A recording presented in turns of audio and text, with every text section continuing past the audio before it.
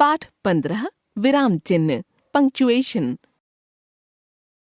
अध्यापिका छात्रा से कह रही है, रुको, उधर बैठो मत, खड़ी रहो।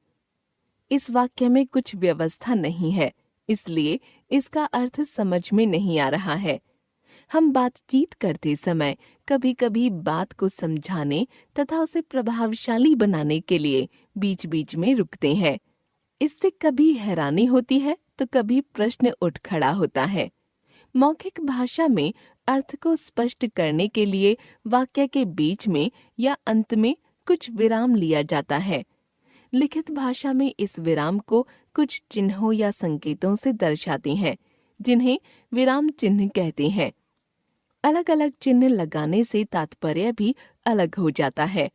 जैसे ऊपर के वाक्यों में यदि विराम चिन्ह लगाएं तो बात स्पष्ट होती है।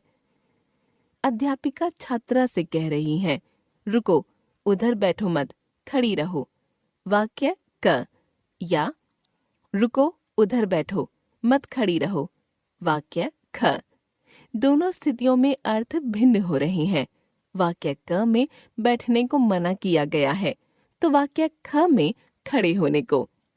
यह सब विराम चिन्हों के हेर-फेर से हो रहा है। अतः हम कह सकते हैं, भाषा को बोलते या लिखते समय अपने भावों को स्पष्ट करने के लिए वाक्यों के बीच या अंत में थोड़ा रुकना होता है। इस विराम को प्रकट करने के लिए निर्धारित चिन्हों को विराम चिन्ह कहते हैं।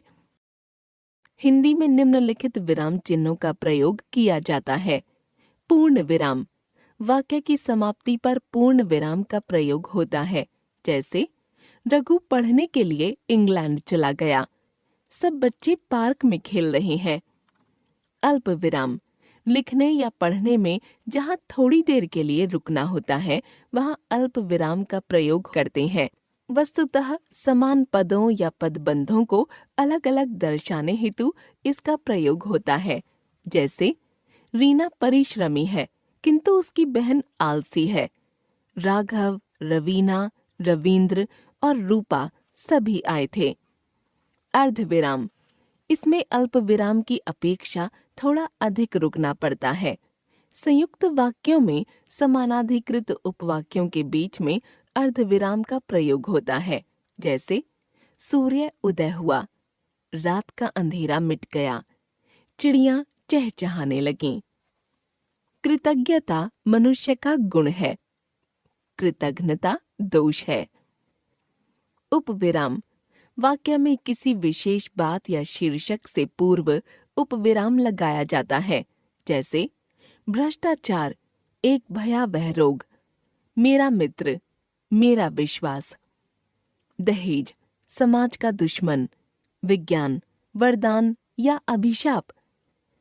प्रश्नवाचक चिन्ह, जिन वाक्यों में प्रश्न पूछा जाता है उनके अंत में प्रश्नवाचक चिन्ह लगाते हैं। जैसे वह किसका कुत्ता था? उसने पापा को कहाँ काटा था? पापा को इंजेक्शन क्यों लगवाने पड़े? आपका नाम क्या है? विस्मयादि बोधक चिन्ह, आश्चर्य, घृणा, खुशी, दुख आदि को प्रकट करने वाले पदों या संबोधन के बाद विस्मयादि बोधक चिन्ह का प्रयोग होता है। जैसे ओह, सारी फसल बर्बाद हो गई। शाबाश, तुमने बहुत अच्छा काम किया।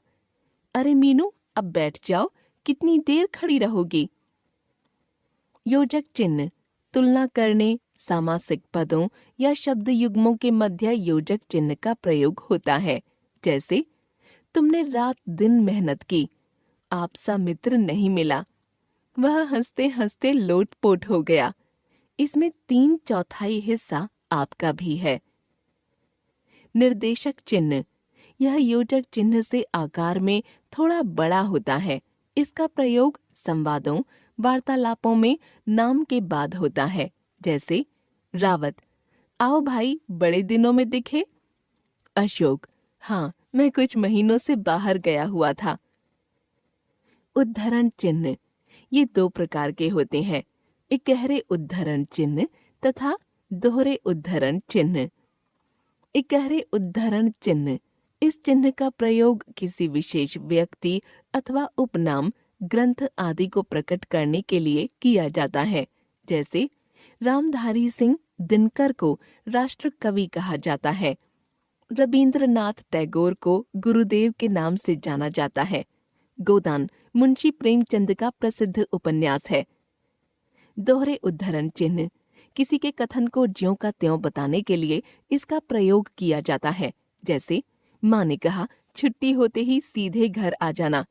इंदिरा गांधी ने कहा था, मेरे खून का हर एक कतरा देश के काम आएगा। सुभाष चंद्र बोस ने कहा था, दिल्ली चलो। विवरण चिन्ह सूचना, निर्देश आदि देने के लिए विवरण चिन्ह का प्रयोग होता है। संज्ञा के 3 भेद होते हैं, 1 व्यक्तिवाचक, 2 जातिवाचक, 3 भाववाचक। काल के 3 भेद हैं, 1 वर्तमान काल, 2 भूतकाल, 3 भविष्यत काल। निम्नलिखित प्रश्नों के उत्तर दीजिए। कोष्ठक चिन्ह किसी पद का अर्थ प्रकट करने के लिए या नाटक में पात्र के काम या अवस्था के चित्रण के लिए कोष्ठक चिन्ह का प्रयोग होता है। जैसे वचन के भेदों, एक वचन बहुवचन के विषय में आप जानते हैं। निशा रोते हुए, मेरा कोई अपराध नहीं था। हंस पद चिन्ह इसे त्रुटिपूरक चिन्ह भी कहते हैं। यदि लिखते लिखते कोई अंश छूट जाता है तो उसे हंस पद चिन्ह की सहायता से ऊपर लिख दिया जाता है। जैसे मैंने एक नई कविता लिखी, मेरा नाम सुमित सिंह है। लाघव चिन्ह शब्द को संक्षेप में लिखने के लिए पहला अक्षर लिखकर उसके आगे लाघव चिन्ह का प्रयोग होता है। जैसे प्रोफेसर प्रो, डॉक्टर डॉ, पंडित पंग। एक बार फिर से भाषा को बोलते या लिखते समय अपने भावों को स्पष्ट करने के लिए विराम चिन्हों का प्रयोग किया जाता है। वाक्य की समाप्ति पर पूर्ण विराम का प्रयोग किया जाता है। अल्प विराम की अपेक्षा थोड़ा अधिक रुकने के लिए अर्ध विराम का प्रयोग होता है। अर्ध विराम से थोड़ा कम रुकने के लिए अल्प विराम का प्रयोग होता है। वाक्य में किसी विशेष बात या शीर्षक से पूर्व उपविराम का प्रयोग होता है। प्रश्न पूछने के लिए वाक्य की समाप्ति पर प्रश्नवाचक चिन्ह लगता है। हर्ष तथा विस्मय आदि भावों को प्रकट करने के लिए विस्मयादि बोधक चिन्ह लगाया जाता है। तुलना करने, सामासिक पदों या शब्द युग्मों के मध्य योजक चिन्ह का प्रयोग होता है। निर्देशक चिन्ह का प्रयोग संवादों, वार्तालापों आदि में नाम के बाद होता है। उद्धरण चिन्ह 2 तरह के होते हैं, इकहरा उद्धरण तथा दोहरा उद्धरण। सूचना, निर्देश आदि देने के लिए विवरण चिन्ह लगाया जाता है। किसी पद का अर्थ प्रकट करने तथा नाटक में पात्र के काम या अवस्था आदि को बताने के लिए कोष्ठक का प्रयोग होता है। लिखते लिखते कोई अंश छूट जाने पर उसे हंस पद चिन्ह की सहायता से ऊपर लिख दिया जाता है। शब्द को संक्षेप में लिखने के लिए लाघव चिन्ह लगाया जाता है।